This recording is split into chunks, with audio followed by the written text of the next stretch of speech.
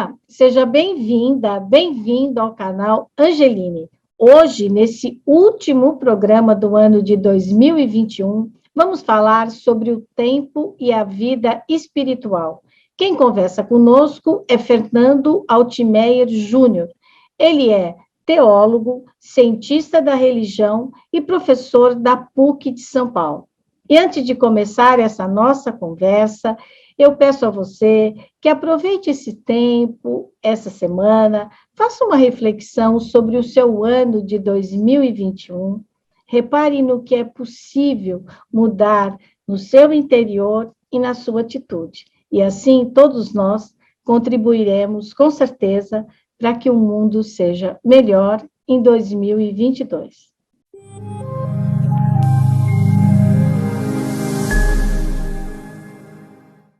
Professor Fernando Altmeier Júnior, é um prazer recebê-lo aqui no canal Angeline. Eu nem acredito que conseguimos acertar uma data. Muito obrigada por ter aceitado o nosso convite. Eu estava até ansioso já, de tanto que a gente estava enrolando. Quando vem o filho, a gente fala, opa, Gui, seja bem-vindo. Não, estou contente de estar com você, Cris. Muito obrigada. Olha, o professor Fernando, ele é professor da PUC de São Paulo, é teólogo e cientista da religião. Ele tem muitos livros publicados, é uma pessoa que tem uma cultura geral maravilhosa, tem também uma cultura, claro, teológica. Entre os muitos livros dele, eu escolhi para a gente conversar hoje sobre esse livro aqui, O Mistério do Tempo. Acho que dá para ver, né? Uhum. Ele dá um lusco-fusco aí. Deixa eu ver aqui, ó. Aí, deu. O Mistério do Tempo. É um livro que o professor, aparentemente, parece um livro pequenininho, né, 100 e poucas páginas, mas ele é de uma profundidade e tem uma frase que muitas coisas me chamaram a atenção, mas que o futuro está no passado. Então, professor, vamos começar com essa sua frase. Por que o senhor diz que o futuro está no passado? Não por uma questão museológica, porque senão a gente seria caranguejo, né? Voltando atrás e sempre querendo dizer, antigamente era bom. Isso é conversa de velho. Mas porque sem memória, sem resgatar raízes, a árvore cai, a família não segue, o país cai e tomba, como atualmente, num desastre. É preciso projetar. O presente está sempre no futuro, mas o futuro que não existe, porque ele é sempre esse nosso sonho, esse nosso devaneio, amanhã estarei vivo, que vem, ele está fundado no passado, porque o passado já está estabelecido, o presente está balangandando como se fosse uma gelatina. E aí, se a gente tem uma boa memória afetiva, memória política, memória cultural, memória histórica, a gente avança. Se a gente vive como o atual Brasil na amnésia criminosa, até culposa, aí o futuro não delineia, não fica como você está usando aí uma tela de fundo aí, que é para esmaecer um pouco o teu quarto, aí fica essa coisa nebulosa e a gente fica perdido e perplexo. Então, o futuro está no passado que a gente construiu, lutou, sofreu, chorou, que não é certeza absoluta, porque senão a gente vira fundamentalista, mas é o ponto de partida, da onde vai lançar o foguete. É esse ponto de realidade, esse ponto de memória, especialmente pessoal. Se você quer delinear um bom futuro, você tem que saber o que eu andei aprontando na minha vida, o que foi bom. Sessão terapia mesmo, né? Quando o terapeuta pergunta, e aí, seus grandes valores, seus grandes sonhos? Aí você vê e fala, mas tem uns recalques aqui, tem uns problemas ali. Se você trabalha isso, avança, senão você patina. Eu acho que é isso, o futuro no passado móvel, passado no sentido de semente, não passado no sentido de prisão, de fechamento. Aí esse passado eu também não gosto. Agora, porque essa frase, ela está praticamente nas últimas páginas, né, do livro, mas quando o senhor fala sobre isso, o senhor também se refere à essência do cristianismo, foi isso que eu entendi, né? Uhum. Por exemplo, o senhor faz um ressignificado, que agora é uma palavra super em moda, né? Da vida dos apóstolos. Nossa, eu gostei muito disso no seu livro, sabe? Porque é uma síntese e, ao mesmo tempo, é um olhar diferente do que eu já vi sobre a vida de cada apóstolo, né? Por que exatamente eles foram seguir Jesus? Eu entendi que quando o senhor fala também dessa volta do passado, o senhor fala da essência do que é o cristianismo. É isso? O cristianismo é dinâmico, ele é uma experiência vital, então é presente sempre, celebração, festa, para quem crê, culto, amor, caridade, tudo isso que é o agora, mas o agora lateral, não o agora umbigo, só eu, o agora nós.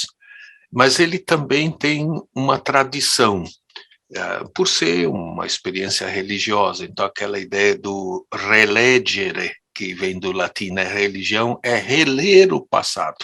O pessoal prefere sempre falar do religare, religião é juntar coisas, mas tem um aspecto de que a gente guarda uma memória. Por que a gente ainda continua colocando em cima da mesa um pouco de pão e um copinho de vinho para dizer façam isso do jeito que Jesus fez? Nem é costume brasileiro. O Brasil não tem vinho, agora sim, Rio Grande do Sul, etc., mas veio com os italianos, não era um costume brasileiro. E o pão, não tem no Japão pão, então como celebrar pão numa cultura que não tem pão? O japonês come arroz.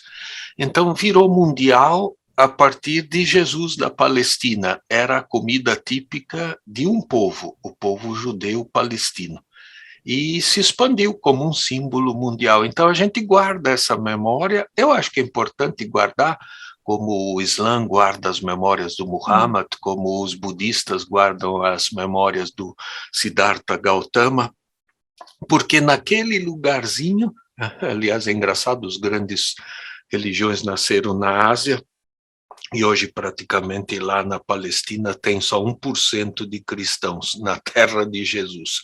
O resto ou foi morto, ou foi degolado, ou foi expulso. Então, essa memória, e aí os apóstolos, os primeiros santos, a própria ideia do primeiro Papa. Hoje esse é o horizonte do catolicismo. Ele é uma tradição, ele é uma entrega de uma espécie de bastãozinho que passa para outra geração, que eu passo para os meus filhos, eu tenho 2, que eu recebi da minha mãe, que recebeu da minha avó, bem religiosas. Meu pai, lado do meu pai, não era tão religioso, mas tinha tradições. Meu avô, por exemplo, nasceu no 31 de dezembro de 1899, então imagina o símbolo disso.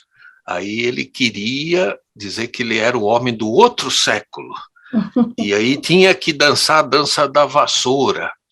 E nós, criança, íamos lá na casa do meu avô, dia 31 de dezembro, o mundo caindo em rojões e meu avô querendo celebrar o aniversário dele. Pouco importa o 31 de dezembro, importa ele.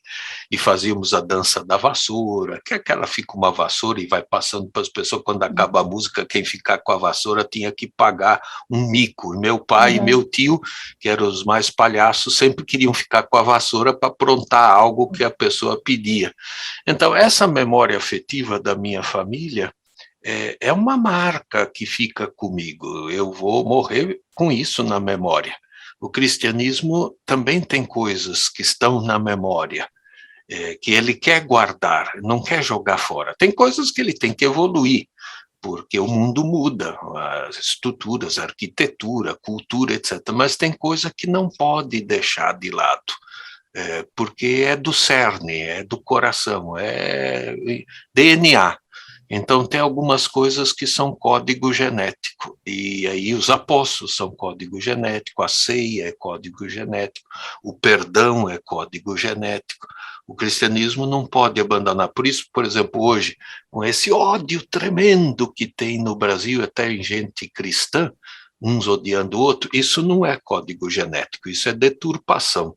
Aí erramos, saiu da estrada. E alguém tem que dizer, olha, não pode, porque vocês não estão sendo mais fiéis a Jesus, usando o nome de Jesus, falando de Jesus e traindo Jesus. Então é isso que é guardar a memória como se fosse um vaso precioso que você não quer quebrar, porque sua avó te deu, sua mãe te deu, e você guarda lá com todo carinho e afeto, é frágil, mas é a memória da avó, é a memória do bisavô, é a memória da sua ancestralidade. A religião tem disso também, eu gosto disso nas religiões. A ancestralidade da Umbanda, do Candomblé, é fundamental. A ancestralidade do cristianismo, né, lembrar dos primeiros santos. Agora, também o senhor fala no seu livro da figura de Santo Antônio, né?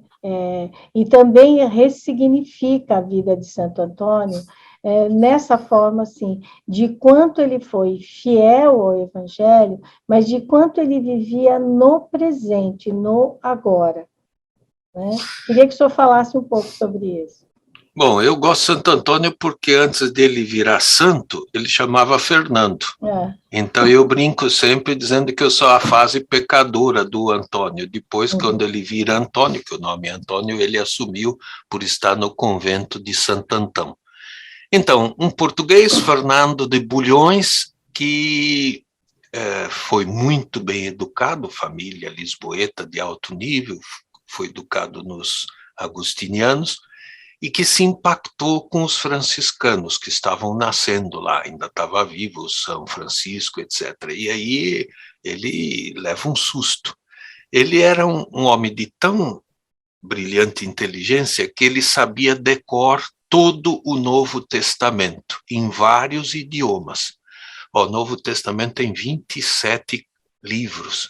Ele sabia em grego, ele sabia em latim, ele sabia em hebraico, ele sabia em português, em espanhol, em francês. Por isso ele ganhou o apelido de Arca da Aliança.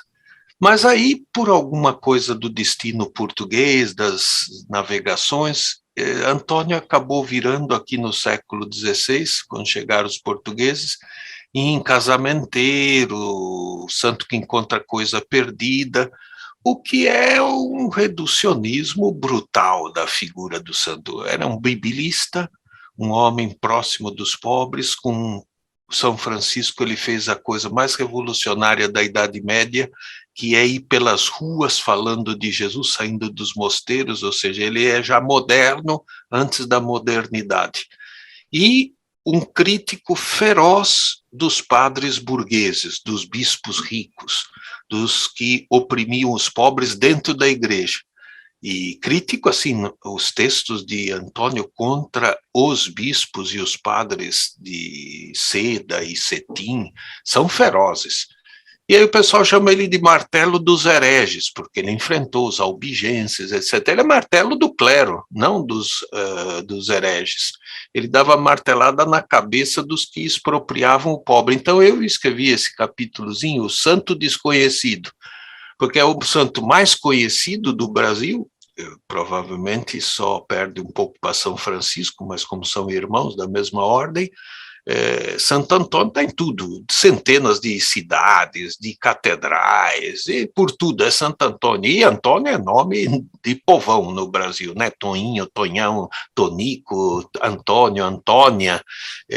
E, no entanto, se você pergunta, você leu algum sermão do Santo Antônio? Nunca viu.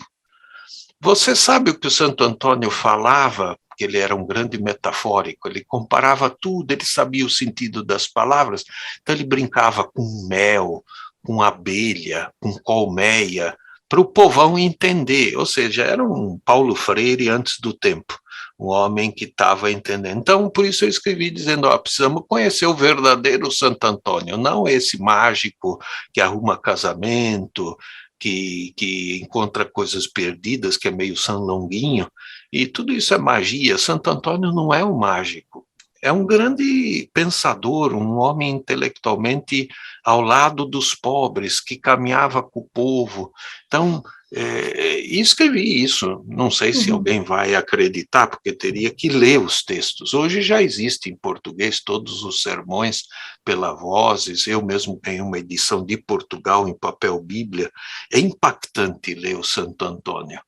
Conhecer o Antônio do Antônio, não o Antônio falsificado, o Antônio transmutado em um santinho para pendurar em cima do boteco da padaria.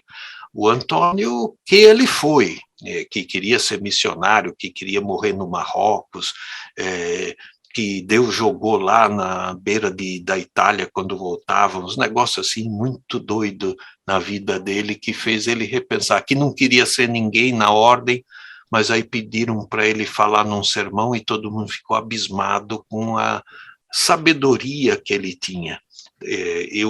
O próprio Francisco, São Francisco, chamava ele de meu bispo. Tal era a autoridade intelectual, teológica do Antônio. Eu gosto muito de Santo Antônio, acho que o brasileiro gosta do Antônio, mas é meio para enfiar ele de cabeça para baixo, para arrumar marido, aquele filme maravilhoso da Fernanda Torres, mas há uma força do Antônio que é maior do que essa do folclore popular. É a personalidade dele. Nós precisaríamos encontrar o Antônio para este momento histórico.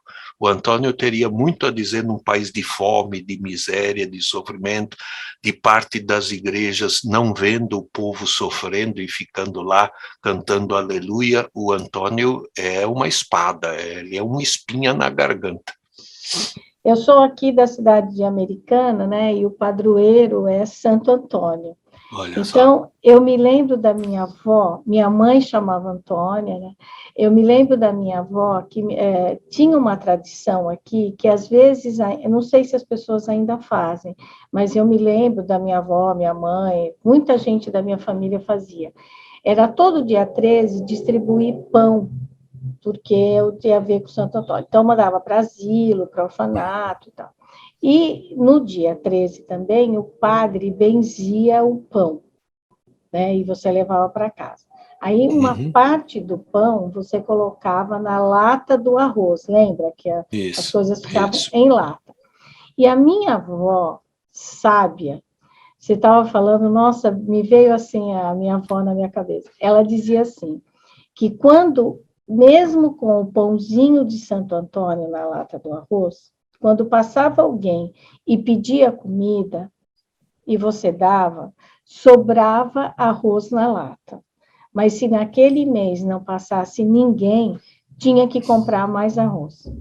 Eu me lembro tão bem dessa frase, porque, assim, no fundo, o que a minha avó queria dizer, eu acho, né, te ouvindo agora, é que não bastava o pão de Santo Antônio, precisava do seu gesto concreto, né?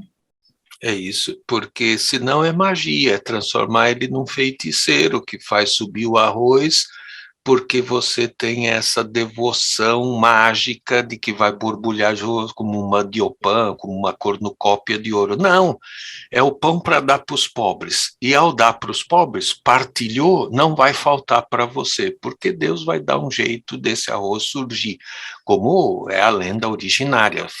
Antônio sempre ficava roubando o pão dos frades e nunca faltava pão.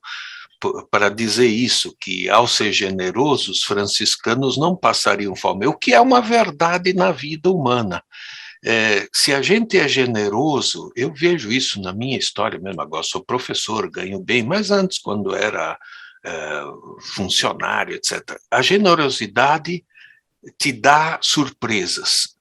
Não como uma barganha, não é que Deus fica dizendo, puxa, agora ele investiu na poupança, deixa eu dar uma retribuição, mas há isto que alguns chamam de eterno retorno, ou de reciprocidade, ou tudo contribui para o bem, a flechada do amor, sei lá, como quiser chamar. Ou o que você faz volta para você. Isso tudo. Em linguagem católica, o nome disso é providência. Mas tanto faz, isso não me preocupa. O generoso não vai faltar. Ao generoso não lhe vai faltar. Até porque, ao ofertar esse pão, eu lembraria agora de Dom Romero diz, o pão que se guarda cria mofo, Pão não é para guardar, é para ser comido, para alimentar pessoas. Ele brincava isso falando da Eucaristia, que a Eucaristia não é para ser guardada pelos santos, é para ofertar para os pobres, para os doentes, para os pecadores. O Francisco, o atual Papa, fala isso muito também, né? A igreja não é um lugar dos canonizados, não é um lugar dos maravilhosos, não é dos puros, é o lugar do pobre, do lascado, de cada um de nós com os nossos limites, segredos, inclusive, e nossas escuridões, etc. E esse pão tem que ser partido. E aí não vai faltar na tigela do arroz, não vai faltar na casa, porque se você é generoso, os outros começam a ser também, cria uma espécie de reverberação do amor. Eu gosto disso e vivi na vida. As pessoas mais generosas, quando eu trabalhei na Zona Leste, eram os mais pobres.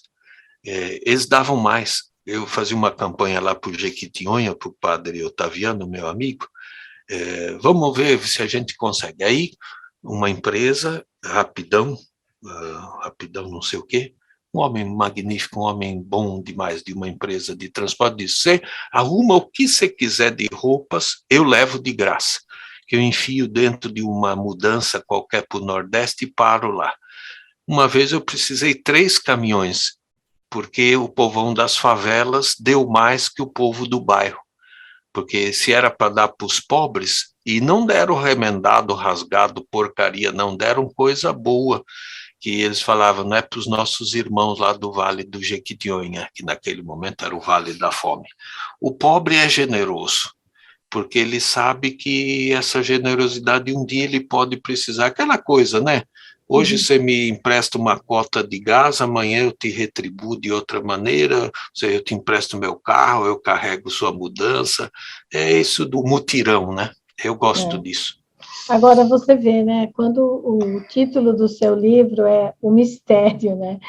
Hoje é moda essa história de que menos é mais. Tudo bem que eu brinco que é um mistério, porque, assim, esse ensinamento existe, né, há mais de 2.000 anos, há muito mais, todo mundo já sabe e tal.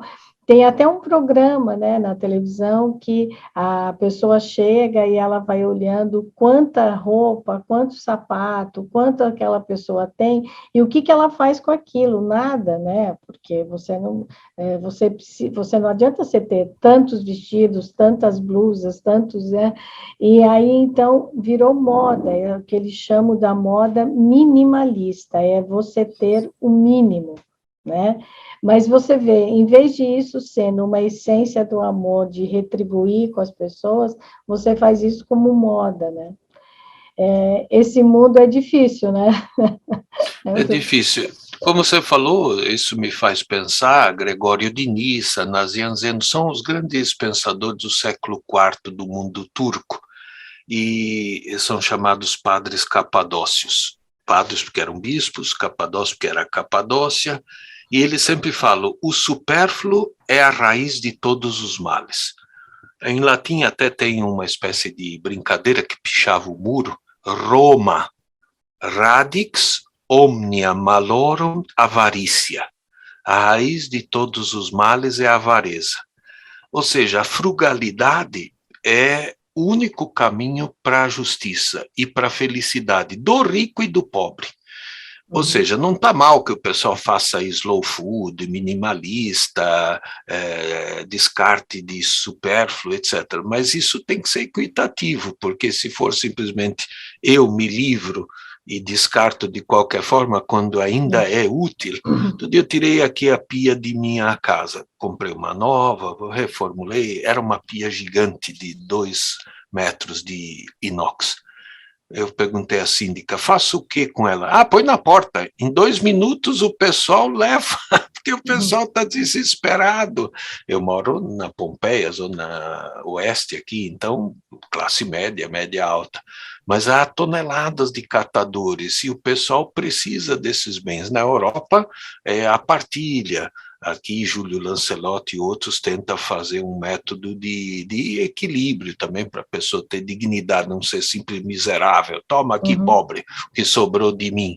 E isso seria um exercício da vida frugal que nos salvaria. Nós estamos, nesse momento, do outro lado, que é a vida do excesso. Ter demais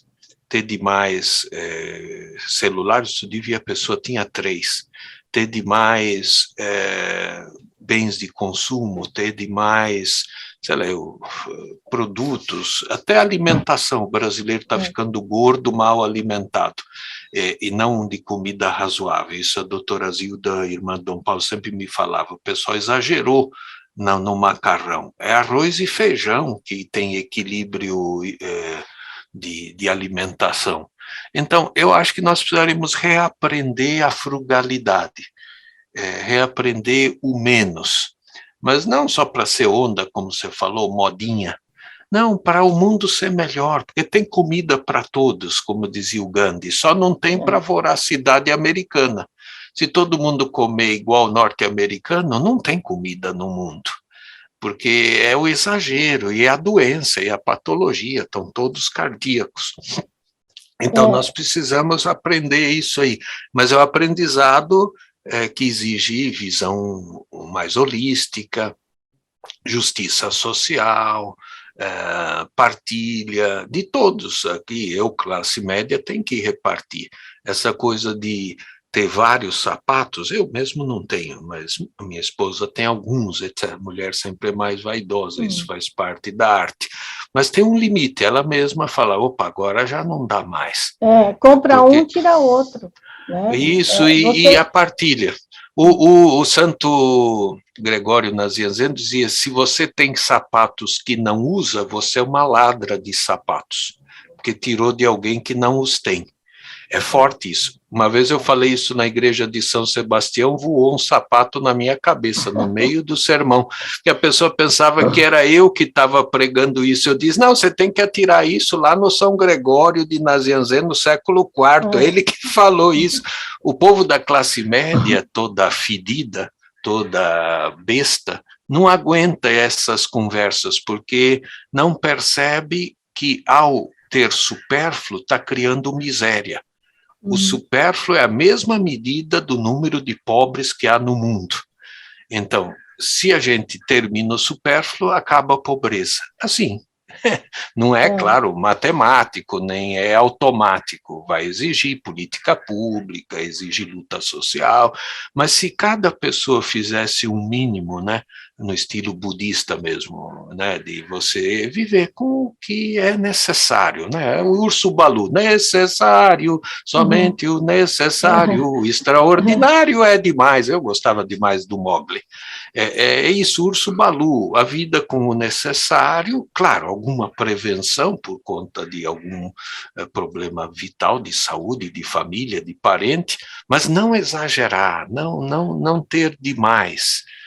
O demais é fonte de miséria. Tem gente passando fome pelo teu demais, na justa medida. Então, distribua, devolva o que você roubou. O pessoal leva susto, né? Como roubei? Eu construí pelo meu trabalho. Sim, mas se é supérfluo, já não é mais justo. Essa é uma questão, é delicado, mas exige uma postura política nova. O Brasil precisa disso, também na classe média e também entre os pobres. Tem pobre que joga comida no lixo, isso é uma aberração, isso é criminoso. E não pode, nós não temos alimento assim sobrando no Brasil, e cada vez mesmo, né? Bom, agora ainda mais com o preço do arroz, do feijão, do óleo, então o pessoal começa a perceber que é preciso ser meio japonês, reciclar, reapropriar, porque os bens são finitos, e tem gente que precisa desses bens. Aqui do lado do Palmeiras tem gente que bebe água no esgoto, aqui do lado de minha casa. E aí eu chego em casa, não tenho muito vontade de comer, porque é uma cena cruel, você vê um irmão seu, uma pessoa humana, bebendo água da poça. Quer dizer, pô, tem água na torneira, tem os botecos, oferece um copo d'água, para com isso, não, pobre vai feder, ele está fedido, esse indiferentismo, ele é muito brutal. No Brasil ele não é um bom sinal, é aliás um mau sinal, mostra que o termômetro está com febre alta, no Brasil todo, classe média, elite e pobres. Precisaria todo mundo tomar vacina aí, mas não é a do Covid, não, é outra vacina. Agora, professor, o senhor falando isso, claro, né, o senhor é um teólogo, um estudioso, eu sempre penso que quando tem aquela parábola do pão e do peixe, e que apareceram 5 pães, 5 peixes, e que Jesus abençoou e deu para todo mundo e ainda sobrou, na minha cabeça, isso quer dizer, tem para todo mundo, basta saber dividir. A parábola é uma metáfora, né, de que na partilha não falta. Se você já teve isso na sua experiência de vida, eu tive com família, com favela, com retiros espirituais, com piquenique. Todo mundo leva 3 vezes mais do que todo mundo vai comer. Quando você fala, cada um traga lá, aí põe na mesa para partilhar, tem, sobra, porque as senhoras gostam de fazer a farofada, a mãe vai fazer isso, então ela prepara um prato que ela sabe que é para muitos.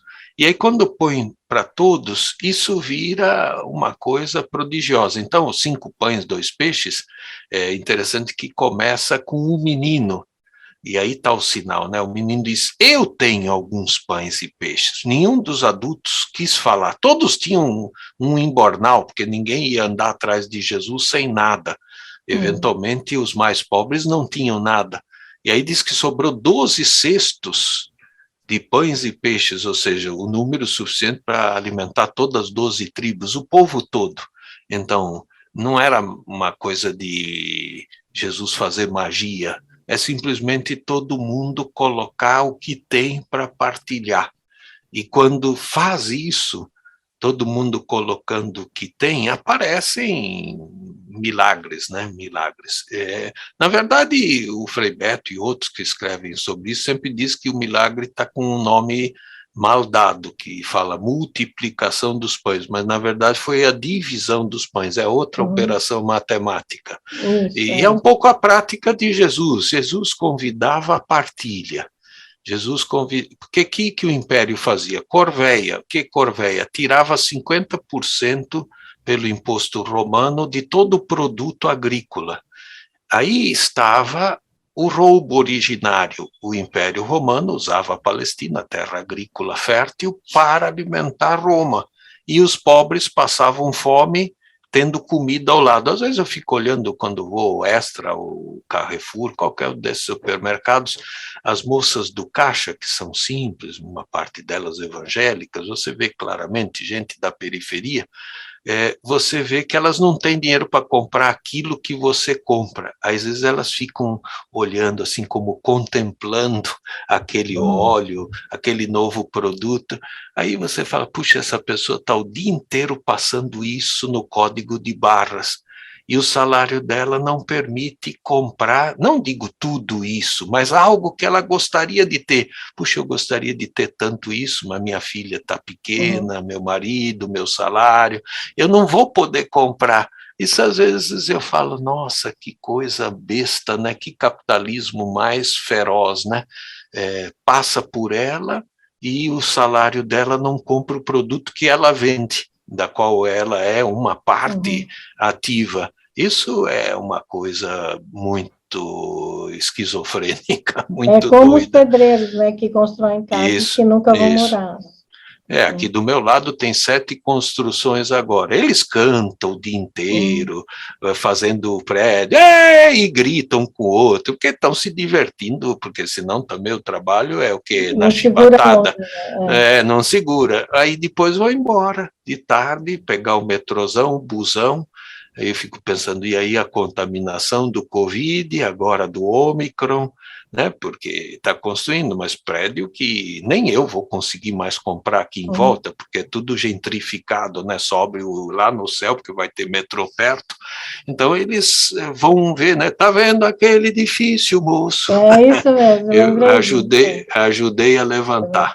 Ajudou a construir. Tudo bem, mas ele teria que ter pelo menos uma construção digna, uma justiça social correta, né? Esse é um mistério também, mas deste tempo, né, que a gente precisa viver plenamente. e reconhecer.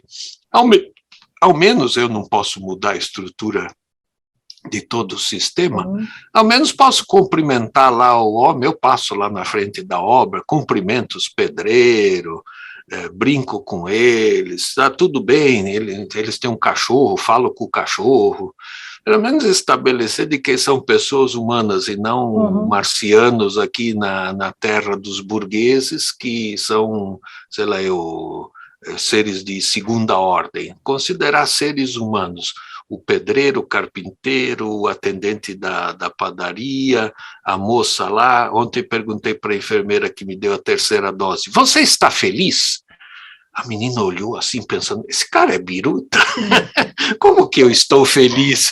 Eu sou só uma enfermeira que está aplicando até... Não, eu quero saber se você está feliz. Ela assim, meio sem jeito, eu estou feliz. Muito bem, porque quando você está feliz, você aplica a injeção com mais amor, com mais carinho. Aí todas as enfermeiras lá, ela está muito feliz. Elas aplicam 500 injeções por dia. E todo mundo vai lá, porque é serviço público, achando que elas são simplesmente escravas de Jó, que jogavam caxangá. Não, são pessoas, têm dignidade. Essa que me aplicou ontem se chama Kelly Cristina. Pronto, Kelly Cristina. Então, tudo bem, Kelly Cristina, você está feliz?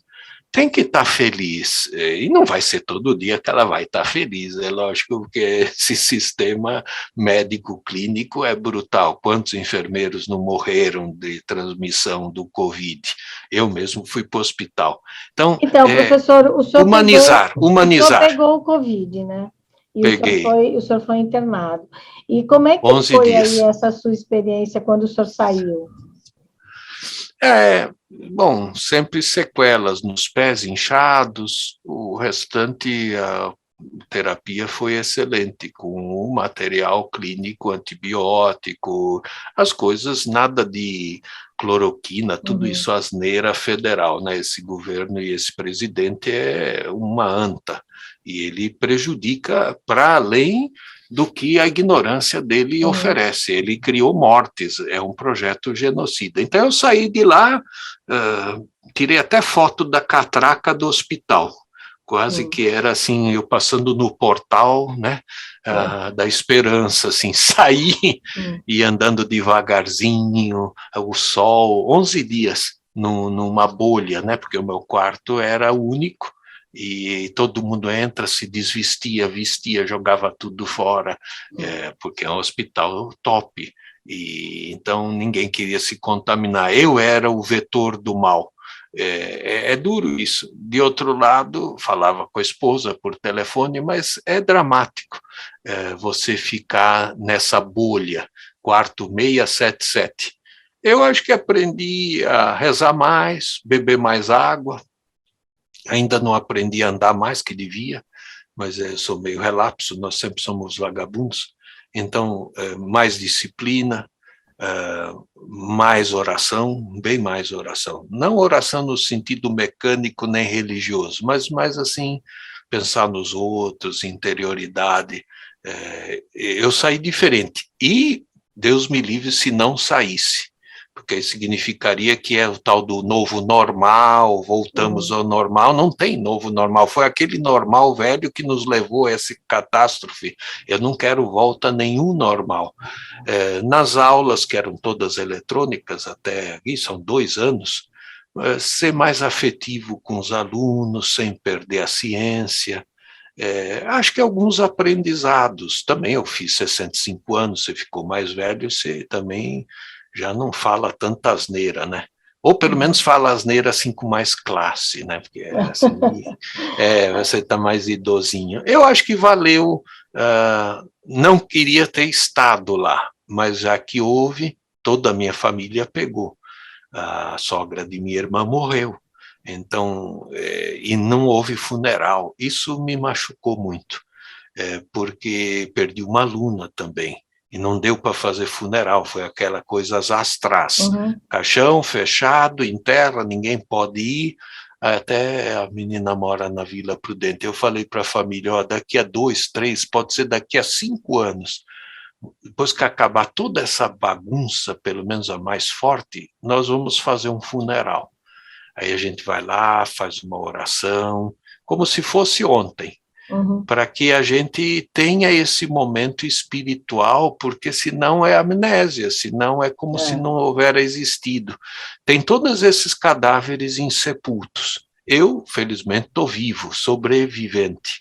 Eu agradeço a Deus, agradeço aos médicos, agradeço a um enfermeiro maranhense, todo cuidadoso, que percebeu que a febre estava subindo, ele grudou em mim a madrugada inteira. Enquanto não fez baixar e estabilizar, ele não me largou. Eu acho que ele faria isso com qualquer pessoa, mas eu senti que ele teve lá um carinho, um afeto, então nem lembro mais o nome dele, mas foi importante. E aquele enfermeiro, aquela médica infectologista, as faxineiras entrando lá todo dia, vindo da periferia no hospital aqui na Pompeia, e limpando a sujeira que era minha, né? E podendo correr o risco de pegar, porque, claro, se elas são gente da periferia, o risco é maior, né? Então foi um aprendizado, eu acho. O senhor fala que o risco é maior na periferia por conta do transporte coletivo. Transporte, também alimentação, também as relações domésticas, também, parece, ainda vamos ter que fazer esse balancete do que foi, quem matou, uma espécie de comissão de inquérito, uma justiça de transição, nós vamos precisar prender Bolsonaro e alguns ministros e generais, como foi feito na África do Sul, depois do apartheid, porque foi um genocídio, mas nós vamos precisar também ver quem mais sofreu. Parece ser que negros morreram mais que brancos, por alguma razão genética.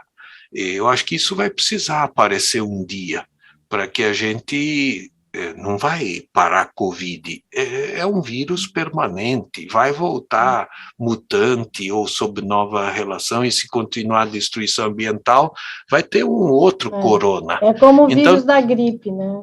Isso, influenza, e a gente precisa estar preparado para essas novas levas, etc., e enfrentá-las, mas enfrentá-las não só com um aspecto científico, que nesse sentido foi uma beleza. Eu, como pesquisador numa área das ciências sociais, ficava assim, nossa, que vitória é essa que nós temos em 1 ano e meio já, e agora até para o Ômicron, já a Pfizer consegue vencer, quer dizer, estamos à frente do vírus, que é uma mutação automática, sem inteligência. O vírus não é nem um ser vivo, e nós temos essa inteligência, temos a capacidade, mas ainda tem gente ignorante. Ontem, uma senhora nipônica, mas não japonesa, nem sabia falar, eu sabia mais japonês que ela, com o marido, eu falei assim, a senhora devia vir aqui tomar a vacina japonesa.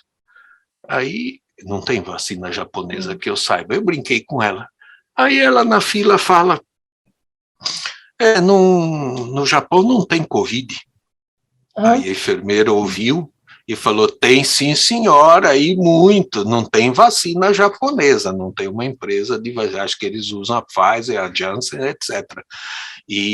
Mas tem sim senhora. Ela levou um susto, porque para ela o Japão está imune. Não tem ninguém imune no planeta. Isso também, para mim, foi um aprendizado. Não há imunidade coletiva, aquela coisa do rebanho, que é imbecil, mas também não há fortaleza coletiva. Há uma fragilidade coletiva, mas se articulada, é aquela coisa do Leonardo Boff lá atrás, na minha juventude. Um fraco mais um fraco não é igual 2 fracos, é igual um forte. Quando 2 fraquinhos se juntam, eles ganham força, não ganham fragilidade. Então, eu acho que o mundo se articula, esse entrelaçado, é a rede, né? A rede é um monte de buracos com nozinhos, e que segura um monte de coisa se está bem firme. E é impressionante a capacidade de força deste emaranhado que é a rede. Então, o network, a rede, é um caminho de salvação, mas nós precisamos dar o nosso nó nessa rede, porque senão esgarça, o tecido quebra, o peixe vai embora. Então, eu acho que foi isso que eu aprendi. manter os nós, ajudar a costurar onde o nó não está firme, coisas assim, mais gerais. E, no particular, beber mais água. É isso, aprendi que eu tomava 1,5 litro e a médica ficava lá, tome, você tem que tomar 1 litro. Mas para que tanta água? Eu já estou me sentindo aquático aqui. Ela, não, isso harmoniza o teu corpo. Eu nunca dei bola para isso. Mas é uma verdade sistêmica, nós somos água, e quanto melhor bebemos água, nosso organismo flui melhor. Essa é coisa japonesa, africana, dos povos primitivos, e a gente burguês, da elite, assim, universitário, acha que pode ficar seco o dia inteiro. É uma bobagem, isso não tem nada a ver nem com alergia, nem nada. O corpo clama, porque ele é água, então a água estabiliza, etc. Então, é muito louco falar isso, que fica parecendo que você deveria ter uma experiência mística, espiritual. Embora eu falava com Deus, com Nossa Senhora, o meu anjo da guarda nunca me largou, eu tenho uma fé profunda no anjo Gabriel, mas assim, para me dar fortaleza, para aguentar os 11 dias. Mas o resto, os meus anjos eram enfermeiro, era médica, era o remédio na barriga, todo dia aquela injeção maldita lá, que dá de cada lado da barriga, que é para não dar trombose. Nossa, isso é horrível. É uma coisa tremenda. Mas eu sou frágil, sou eu, Fernando, e as pessoas dos outros quartos, algumas não saíram, foram para o enterro, não foram para a vida. Então, sei lá. Agora, professor, quando Jesus vem ao mundo, ele, na verdade, ele estabelece um marco civilizatório, né? Porque ele diz, ame o próximo como a ti mesmo, não é olho por olho, não é dente por dente, não atire a primeira pedra, enfim, na minha pequena, enfim, no meu entendimento, eu entendo que ele faz esse marco civilizatório. Hoje, a gente nunca teve tanta oportunidade de conhecimento, ou pela internet, ou nos livros, ou aonde você vai, você pode encontrar pessoas analfabetas, mas se elas se esforçarem, ou se elas quiserem, elas acabam aprendendo a ler e escrever. Todo lugar você hoje tem como fazer cursos, né? Por que é que a gente está vivendo uma situação de violência tão grande e, ao mesmo tempo, como diz o Sakamoto, de falta de interpretação de texto? O que o senhor acha que aconteceu nesse tempo todo, né? Colocando aí os títulos do seu livro, esse mistério, porque às vezes me parece que quanto mais há uma evolução da ciência, parece que tem uma parte da população que emburrece, né? O que acontece? Bom, eu não sou um grande analista, precisa enfiar tudo, Freud, Jung, Marx, etc. Para entender esse imbróglio, precisa todas as ciências, porque uma só não explica. Então, do ponto de vista, vamos chamar assim, psicanalítico, eu acho que tem um problema de medo. Medo profundo, medo do outro, o medo do novo, o medo do diferente.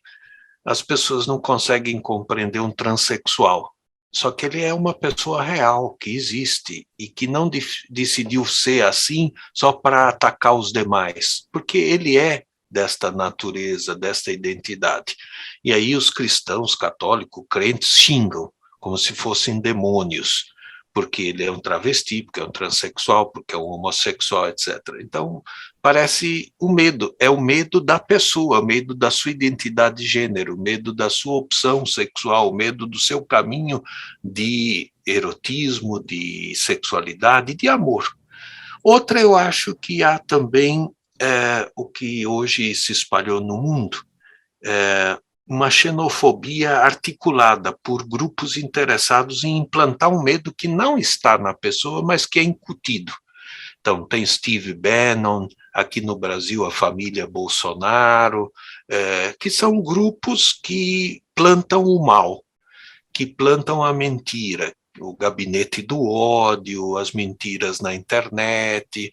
Então, e o povo é suscetível, porque Ele está vendo lá o Datena falando sempre contra os pobres. Ele está vendo lá a parte da Rede Globo com determinados programas, até novelas, que são bem maniqueístas, que podiam ser muito mais valiosas para a história brasileira e para a vida do Brasil, que é sempre complexo. O Brasil não é santo, mas também não é demoníaco.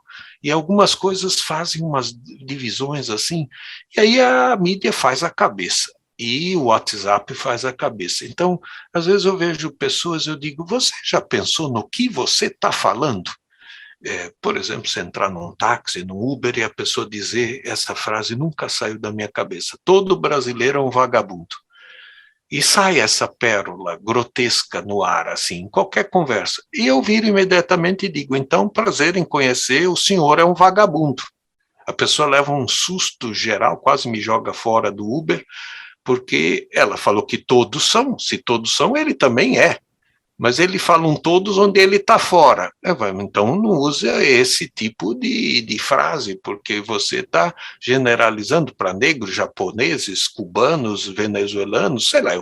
Então, isso você percebe que a ideologia foi manipulada. A pessoa está falando sem nem perceber do que está falando. Todo negro é vagabundo, todo branco é trabalhador, qualquer coisa dessa. Isso, quando botou todo, uma vez eu escrevi um artigo para Dom Paulo e disse que todo policial era assassino. Aí Dom Paulo, eu era o ghostwriter dele, falou, você não acha que exagerou? Todo policial assassino, que haja policiais assassinos é evidente, que haja uma corporação mal preparada, tire isso imediatamente, porque generalizações são uma aberração do pensamento. Nossa, e eu realmente tinha ido no fluxo também. Você vai no fluxo, não é porque você é professor que não vai. Então eu acho que tem esse segundo elemento que é mais difícil. As pessoas, meu pai falava que preso tinha que ir lá para a Ilha Grande, ficar com ferros nos pés, etc. Falei, pai, o senhor está vendo o que o senhor está falando? O seu pai fugiu na Alemanha no meio da guerra. Meu tio húngaro esteve em campo de concentração. O senhor está querendo isso? Quer dizer, isso é o contrassenso humanitário, mas ele repetia, porque Afanásio Jazade dizia isso na rádio, Gil Gomes falava isso na televisão. Esses profetas da desgraça atrapalham muito o povo brasileiro, ou o povo latino-americano, ou o povo europeu, porque tem todos os profetas da desgraça em todo lugar. E aí falta gente crítica, sei lá, eu, como você citou, Sakamoto e outros, diziam, opa, aqui tem um problema. Agora tem um coletivo no Rio de uns evangélicos, meus amigos, chama Coletivo Bereia. Eles mostram aonde pastores mentem na mídia. E são gente evangélica dizendo de evangélicos fazendo frases que não são de acordo com o evangelho. Ou seja, é um termômetro. Tem prestado um favor, saiu outro dia até no Estadão a matéria sobre isso. Acho que nós precisaríamos desses grilos falantes que na família, etc., o pessoal diz, política, religião, não se discute. Não, discute sim, mas tem que discutir na família com leveza, para também não virar aquela coisa de novo da batalha campal. Mas se alguém da minha família diz uma asneira federal, eu falo, opa, desculpe, você sabe, eu sou professor, que eu fiz um caminho, eu estudei esse tema, isso que você está falando não condiz. Então, leia esse livro, veja esta coisa, não dá para continuar falando dessa maneira, isso é ignorância. Claro, dá para falar isso na cara de um primo, dá para falar isso na cara de um tio, tem que ter jeito, não dá para dizer que o cara é um burro ignorante assim na schlapt, mas eu acho que isso também traz um grande mal. Então, medo, esse veneno inculcado na mente dos pobres e do povo, e eu acho que nesse momento histórico tem uma certa burrice, vamos dizer assim, que você usou essa expressão, porque as pessoas acham que o mundo vai mudar sozinho. Como se fosse uma magia, mais que magia, uma coisa automática, como uma espécie de inércia. E vejo isso nos jovens, meus jovens na PUC, meus jovens aqui em casa. O joguinho tá bom, a aula tá legal, Para que eu vou ter engajamento social? Para que eu vou enfrentar essa miséria?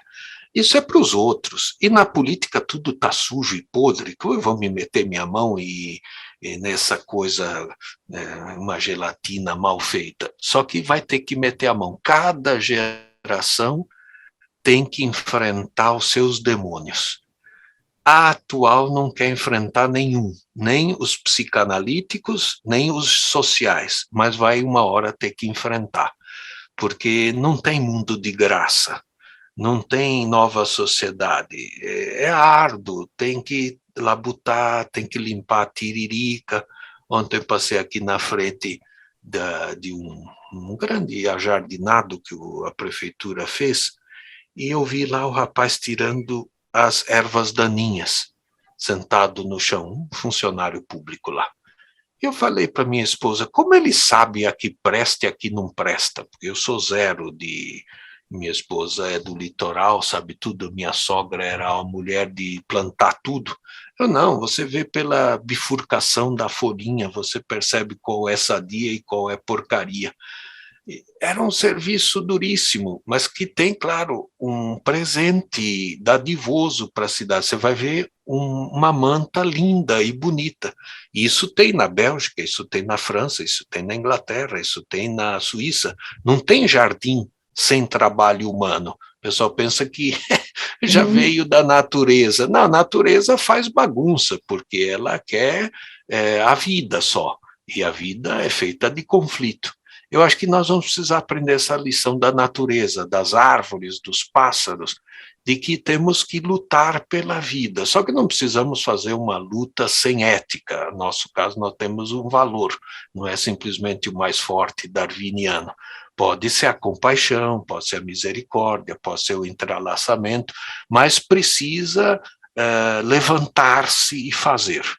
Eu sinto que algumas pessoas, neste momento histórico no Brasil, estão acomodadas. Algum Lula, Bolsonaro, Moro, qualquer um desses vai fazer. Vamos dar esse cargo lá em 2022 para eles fazerem. Não tem Brasil se o povo não fizer. E vai ser um desastre se qualquer um desses ganhar de novo messianicamente. Eu tenho pavor de Messias. Lá atrás do Collor, que foi patético, depois Fernando Henrique, o próprio Lula com seus limites, agora esse desastre do Bolsonaro. Tem que pensar um pós-Brasil, onde o brasileiro entre para jogar, e não fique só de plateia assistente. Eu acho que isso tem prejudicado muito, que o brasileiro acha que não é ator social, e ator político, e ator religioso. O pastor vai fazer, o bispo vai fazer, o Bolsonaro vai fazer, ou se eu sou de esquerda, o Lula vai fazer, ou, sei lá, qualquer um desses. Não, você vai fazer. O que você está fazendo? Com quem você está fazendo? Que rede está sendo criada? Aí está a força de um povo, na rede, não na pessoa. Aí é populismo, né? É como aquela frase, né? Tem gente que fala assim: que mundo nós vamos deixar para os nossos filhos? Eu sempre penso: que filhos vamos deixar para esse mundo? Eu acho que é mão dupla, as duas coisas. Quer dizer, que porque água eu você vou tem que deixar? fazer a sua parte, né? Você tem que Isso. fazer a sua parte, né? Não, Então, as eu acho coisas que... não caem do céu. Ultimamente, até chuva tem demorado para cair do céu. Se cai muito, né? Então, a gente precisa fazer a nossa parte mesmo, né? E se esse país é um país cristão, professor, a seguir o caminho de Jesus Cristo, é um caminho difícil, necessário, mas difícil. Olha, o caminho de Jesus é um caminho árduo, um caminho complexo, mas é simples também, não é assim uma coisa complicada, é complexo, eu gosto da palavra complexo, complexos quer dizer aquilo que é tecido junto, então é seguir com cuidado com quem está na tua estrada, junto contigo, então nunca ficar pensando o melhor mundo está lá na frente, não, agora já é o melhor mundo, pode ser melhor. Eu posso projetar um sonho, uma utopia melhor? Posso, devo, porque se a gente não amplia horizontes, a gente vira medíocre. De outro lado, eu também tenho que, na estrada, tomar cuidado com os caídos, para também não avançar sozinho e solitário, e depois estou lá na frente com o troféu da vitória, aquela coisinha que tem muito no Facebook, né? O egoísmo vai te levar a um lugar muito alto e vai te deixar lá, sozinho. E a solidão é um grande problema nesse momento histórico. E como quebra a solidão? Mantendo as amizades. Por exemplo, agora eu, fazendo 65, tenho que estreitar mais laços com os meus amigos, porque a velhice é o lugar da solidão. Vejo minha mãe, porque vai morrendo as outras, as amigas, vai perdendo o sentido, a relação com filho e netos é de outra ordem, bisneto, minha mãe já tem bisneto, mas ela tem que manter o telefone, um papo, uma alegria, um presente, uma festinha. É isso que faz a vida valer a pena. De tempos em tempos, dar uma paradinha no cotidiano e fazer algo diferente. Pode ser, meu sobrinho sobe com um cachorro que ele tem lá, o Jack Sparrow, legal agora, cachorro tem que ganhar nome chique, né? Jack Sparrow. Ele sobe e o cachorro olha para minha mãe já fica toda feliz vendo o cachorro, não quer que ele suba na cama, mas manda ele sentar, levantar, é um cachorro obedientíssimo, desses cachorros de cuidador de rebanho, é um lindo. E aí há uma relação de amor. Eu falei para o meu sobrinho, leve sempre para subir lá, porque é mais um input para ela querer sair da cama, para ela conversar com o cachorro, com você, etc. Porque eu vou uma vez por semana e a minha irmã está cuidando da casa, mas minha mãe tem desejos, tem carências. Quais as carências de um velho? Não são remédio, são afeições, são cuidados, são delicadezas, e um cachorro pode dar isso, meu sobrinho pode dar isso, eu posso, como filho, dar isso. Quando a gente descobrir que a vida é tão fácil, dar e receber afetos, ponto. O resto é tudo supérfluo, é tudo bobagem. Se a gente dá e recebe, sabe que a parte mais difícil é receber afetos, é muito louco. A gente é muito autossuficiente, tem medo de pessoas. Eu tinha lá na periferia onde trabalhava pessoas que me agarravam assim, e beijo no rosto, e apertar de fortão, o nordestino adora apertar assim de montão, e eu era todo durinho assim, meio filho de alemão. Uma hora eu falei, deixa eu relaxar aqui, pode apertar à vontade, liberei geral. A coisa mais linda que eu fiz na vida, deixar os afetos chegarem a mim. Deixe as pessoas mostrarem que te amam. Você vai ver que muda tudo. As pessoas se fecham, criam bloqueios. Reich, né, aquele grande psicólogo, né, começa a criar máscaras, começa a criar muros. E aí, claro, depois fica amargurado. Mas ninguém me beija, ninguém me ama, ninguém me quer, ninguém me chama de meu amor. Não. Chame as pessoas com um jeito, carinho, sem ser também pornográfico, e deixe as pessoas te amarem. Muda tudo, muda tudo. É muito simples. Isso é cristianismo, isso é Jesus. Professor, e falando em afeto, essa foto aí atrás do senhor é a foto da sua família? Meu filho, o enteado mais velho, Daniel, hoje psicólogo, Maria, minha esposa, eu aqui bonitinho, sem barriga, aqui o Gabriel, agora com 21 anos, e a Ana Clara, 18. Aqui é foto do passado. O senhor não tem netos? Não, ainda não. Acho que vai ser difícil. A juventude não está afim. Isso aqui, essa obra é um trabalho em Ebru, aquela arte turca de fazer papéis sobre água e gelatina, que nós fizemos esses pontinhos, etc. E depois com aquela caligrafia turca, está escrito Gabriel e Ana Clara, de um grave, não sei como chama isso, um ortográfico turco, um menino lindo. Ele fazia isso com uma destreza, uma leveza.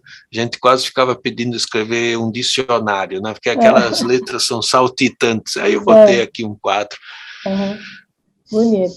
Professor, Tem mais alguma coisa que, claro, né? O seu livro ele é profundo, como eu já disse aqui, né? Mas tem mais, deixa eu ver se eu localizo aqui acho que ficou Tá aí, tá melhor. aí. Né? Não, peraí, não sei o que está acontecendo aqui.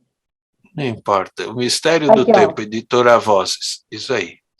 Tem mais alguma coisa que o senhor gostaria de dizer sobre o livro, que o senhor acha essencial aqui nessa conversa que eu não te perguntei? Olha, o que o subtítulo do livro diz é que é preciso ter fé para viver. Eu procurei escrever o livro não reduzindo a fé a uma experiência religiosa, embora eu sou desse horizonte cristão, teologicamente católico, etc. Mas eu quis escrever aberto, porque eu tenho amigos budistas, tenho amigos islâmicos, tenho amigos judeus, então eu quis escrever essa fé. Ninguém vive sem fé. Se é fé na vida, fé no homem, fé na esposa, fé na arte, fé em Deus, fé nos anjos, fé. Eu acho que ela é muito importante, essa confiança. Mas eu disse que essa fé tem uma tríplice dimensão, por causa lá do tempo. Ela é memória, então um pedaço da tua fé é a história das tuas lutas, das tuas memórias. Um pedaço da tua fé é a vivência atual, como você mantém tua fé, como você não desanima. Hoje, um dos grandes doenças mundial é a depressão. Depressão é a falta de fé, não fé no sentido religioso, mas esse buraco no sofá, esse buraco na alma, no coração, esse desânimo, que às vezes também nos tira o tesão de viver, nos tira a esperança de futuro, nos tira projetos. E ninguém vive sem projetos. Qualquer projeto pequenino, pode ser reformar a casa, pode ser um filho se formar, pode ser retomar os estudos, pode se aprender um novo idioma. Então, eu acho que a gente precisa desta fé vivencial, que é feita no dia a dia. Eu, por exemplo, rezo, procuro pensar nas pessoas, eu procuro estudar mais para minha aula ser melhor, sou professor, então, claro, isso para mim é importante, porque qualifica o meu trabalho e a minha pessoa. Os alunos sabem que eu estou lendo mais, que eu estou estudando mais para uma aula melhor. Mas a fé é o horizonte. Essa é a terceira parte do livro, né? O futuro. O que vai ser 2022? O que vai ser o novo ano? O que você fizer desse novo ano? Claro, depende dos outros, depende do cotidiano, que parece que vai ser muito duro, com muito desemprego, muita inflação, muita fome, mas a gente já viveu isso em tantos momentos na história. Meu pai já viveu isso, meu avô já viveu isso, minha mãe passou em 2 guerras. Então ela fala, estou agora na terceira guerra, que é a do Covid. E essa é pior, porque é invisível, mas eu não desanimo.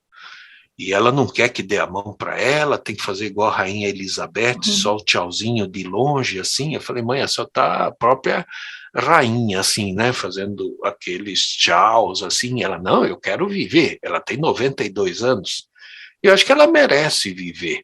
E a gente tem que cuidar da vida. O ministro outro dia disse que é preciso colocar a liberdade à frente da vida. É uma ignorância dele, porque a liberdade sem vida é cemitério. A vida sem liberdade é escravidão, é sofrimento, é agonia. É vida sinônimo de liberdade, liberdade sinônimo de vida. E fraternidade, e solidariedade, tem vários elementos. Então, eu acho que o que eu quis escrever no livro é que as pessoas não perdessem a fé, que as pessoas mantivessem, cultivassem a sua fé, aquela que você tem. Se ela é religiosa, é religiosa.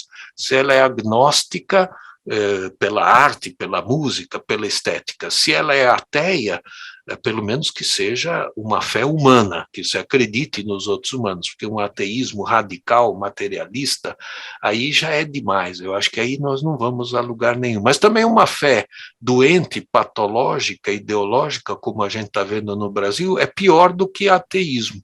Então, às vezes, eu prefiro ter alguns amigos ateus que são muito mais coerentes. Um outro dia me entregou 500 máscaras para dar para o padre Júlio Lancelotti, como um gesto de carinho. E ele não tem fé religiosa. Então, eu acho esse gesto magnífico. Mas se a pessoa tem fé e crê em Deus, e crê na presença de Deus, ela tem que mostrar isso. Não precisa mostrar isso no culto, batendo palma, mas mostrar isso no seu rosto, na sua alegria, na sua esperança, em dar a mão para os outros, em cumprimentar ao menos as pessoas, né? O motorista de ônibus, não custa nada dizer um bom dia ao motorista de ônibus. Claro, você nem precisa mais dele, porque você passa o cartão, não precisa nem mais do cara lá. Mas ele está lá, ele é uma pessoa humana. Então, eu acho que é isso. Agradeço, obrigado. Não, nossa, professora, eu que agradeço. Ai, que pena, olha, mas você vai fazer aqui uma promessa de que vai voltar aqui para conversar com a gente. Voltamos. Tá bom? Professor Fernando, olha, te agradeço muito e principalmente o seu tempo, já que falamos tanto disso, né? Porque tempo hoje é uma coisa muito preciosa na vida da gente. E para você que está aqui nos ouvindo pelo Spotify ou nos assistindo pelo YouTube, se você considera esse conteúdo relevante, compartilhe o vídeo, fale com seus amigos, fale com as pessoas e nos ajude cada vez mais a disseminar a cultura do encontro e a cultura da paz. E em meu nome e em nome de toda a equipe do canal Angeline, eu desejo a todos vocês um 2022 de muita paz interior, de muitas realizações no sentido da atitude, e como eu sempre digo, vamos sempre em frente, com amor, esperança e atitude. Muito obrigada, até 2022.